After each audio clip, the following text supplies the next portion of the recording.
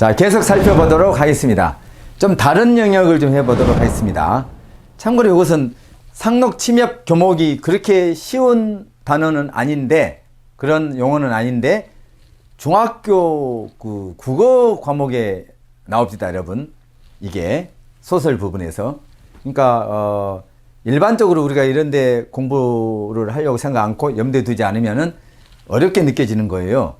근데 지금 중학교 2학년 소설책에 이런 내용들이 나온다는 것은 굉장히 좀 의아했습니다, 제가.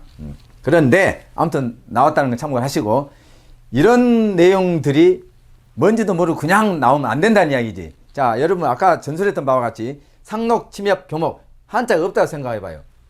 그럼 상록 하면은 뭐예요? 이걸 구성하고 있는 한자가 뭔지 정도는 처음부터 알 수는 없겠지만 한번 공부하고 난 다음에 알려고 노력해야 된다 이 말이죠. 상록, 한자를 모른다 하더라도 무슨 상자라고요? 항상 상자, 록자는 풀을 록자, 항상 상, 풀을 록. 그래서 상록이구나, 이걸 알으라 이 말이지. 쓰고 읽는 것은 몰라도 됩니다. 중국어, 일본을 공부한다든지 아니면 한자 능력 시험을 공부한다든지 할 때는 쓰고 읽기까지 하는 게 훨씬 효율적이고, 또 이런 암과목 용어 해설 공부할 때도 쓰고 읽기까지 하면 좋겠지만 시간이 없고 또 빨리 해야 된다고 할 때는 굳이 쓰고 읽고까지는 안 해도 그 한자를 구성하고 있는, 쉽게 말하면 단어, 어휘 또는 용어를 구성하고 있는 한자가 뭔지를 알아주는 것만으로 족하다 이 말이에요. 또 강조합니다. 그리고 먼저 직역을 하고 그 다음에 살 붙이는 의역을 해라. 상록, 항상 상자, 풀을 녹자, 항상 푸르다. 에버그린이죠, 에버그린. 항상 푸르다. 침엽은 뭐예요? 침자, 침엽을 한자를 몰라야 돼. 바늘 침자, 잎사귀 엽자라는 것은 알아야 된다 이거지. 침자가 뭐라고요? 바늘침. 엽자는 잎사귀 염자다. 잎사귀 엽자다. 그러면 바늘처럼 뾰족한 잎사귀죠? 그 다음에 교목. 교목은 교목, 이렇게 두 가지를 쓰고 읽을 줄은 몰라도, 아, 교목 할 때 교자는 큰 나무 교자구나. 높을 교자구나. 목자, 나무 목자. 그럼 큰 나무다. 교목은 큰 나무죠. 높은 나무죠. 높을 교자, 큰 나무 교자. 교목. 교목은 이렇게 써요. 이렇게 해서, 자, 큰 나무 교자 또는 높을 교자. 나무가 줄기와 이파리, 줄기, 가지 같은 게 쭉쭉 뻗어 있습니다. 그리고 밑에까지, 땅까지 이렇게 뻗어 있어. 큰 나무 교, 높을 교자. 자, 목자, 나무. 이렇게 모양새, 생김새 자체가 높을 교자, 큰 나무 교자입니다. 교목은 보통 여러분 7m, 8m 이상 20m, 30m까지 40m까지 가는 큰 나무를 교목이라 그러고요. 반대되는 것을 관목이라 그럽니다. 관목. 제가 다시 말합니다만은 이 한자로 관목, 교목은 이 아인감 공부할 때는 안 써도 됩니다. 그 대신 교목 같은 교자가 큰 나무 교자였지 높을 교자였지는 알고 들어가라고. 이 자로 이거와 연관이 안 돼도. 교목은 뭔 나무라고요? 높은 나무, 큰 나무. 보통 몇 미터라고요? 7m 이상, 20m, 30m, 40m까지 간다. 반대되는 말이 뭔 목이라고요? 관목이다. 관자는 이렇게 쓴다. 여기까지 몰라도 된다고. 물될 관자다. 보통 2, 3m 이하를 관목이라 그러고 3m가 넘어가는 걸 교목이라 그러는데, 대부분 교목은 3m만 넘어가는 게 아니고 7m 이상으로 보통 갑니다.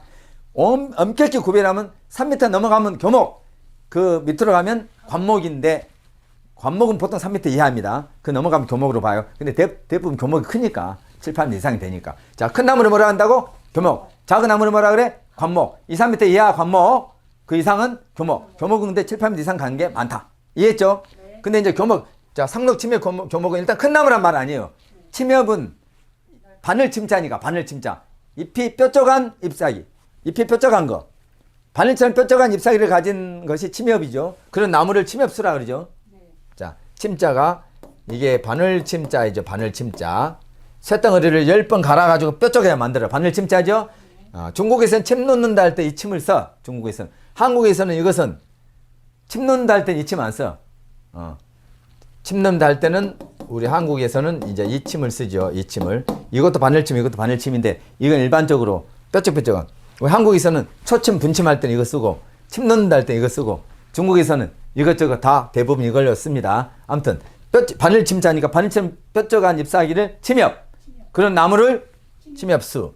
반대는 뭘까요? 침엽 반대는 활엽입니다. 활엽. 자, 활자 이것도 몰라도 된다고. 자, 활자 넓을 활자입니다. 넓을 활. 넓을 활. 넓을 활. 자, 물이 있습니다. 혀 설자입니다. 혀에 물기가 있으면 살아있다는 거야. 이게 사로 활자야. 사로 활자. 사로 활자인데 사로 활자가 집 속에 들어있어. 이게 살만한 집이죠. 살만한 집. 문문자는 문이라는 뜻도 있지만 보통 집을 나타내니까 살만한 집은 넓은 집일까 좁은 집일까? 그래서 넓을 활자야. 자, 이거 살활자. 혀에 물기가 있습니다. 살활. 살만한 집, 넓을 활. 넓을 활. 자, 화렵. 잎사귀가 넓은 나무 화렵수. 자, 잎사귀가 바늘처럼 뾰족한 나무 침엽수. 이해했죠? 네. 무슨 활자라고요? 넓을 활. 무슨 활자라고요? 살활. 바늘침, 물댈관, 큰 나무교, 높을교. 한자까지는 몰라도 되는데 참고로 설명한 겁니다. 다음에 암기 과목 공부할 때는 아주 중요하고 어려운 그런 용어에서 한자가 나와. 그 한자를 꼭 알아야 된다. 읽고 쓰기까지 알아야 된다 하는 것만 한자 설명이 들어가고, 그러지 않을 때는 바로 용어가 외워지도록 바로바로 들어갑니다. 앞으로는. 자, 참고로 이렇게 된다 알아두고. 넓을 할자 잎사귀, 잎사귀가 넓은 나무 화렵수, 바늘처럼 잎사귀가 뾰족뾰족 나무 침엽수. 근데 여기는 침엽 교목은 잎사귀가 뾰족하면서 바늘처럼 큰 나무죠. 상록은 항상 푸르다. 상록 항상 푸르면서 침엽 잎사귀가 뾰족뾰족 바늘처럼 하면서 큰 나무, 그 상록 침엽 교목이죠. 예를 들면 뭐가 있을까? 자, 소나무 일종입니다. 반송. 요렇게 돼 있어. 소나무가 요런 식 비슷하게 돼 있는 나무야. 반송이 소나무인데, 소나무과인데. 반송. 건강 소나무 알죠? 잣나무 알죠? 소나무처럼 비슷한데 덜 아프죠. 이렇게 하면. 더 부드럽죠. 그러니까 히말라야 시다는 개입갈나무라고 원산지가 히말라야인데 소나무과예요. 소나무과. 요런 것들은 상록침엽 교목이다. 참고로. 자, 화렵수. 잎사귀 넓은 나무는 뭐 떡갈나무, 상수리나무, 오동나무, 뽕나무 이런 것들 있죠. 잎사귀 넓직넓직한 거. 자, 이런 것들은 참고로. 이런 걸 여러분들이 몰라서 설명한 게 아니고 참고로 설명해서 보다 정확하게 아시라는 의미에서 반복을 했습니다.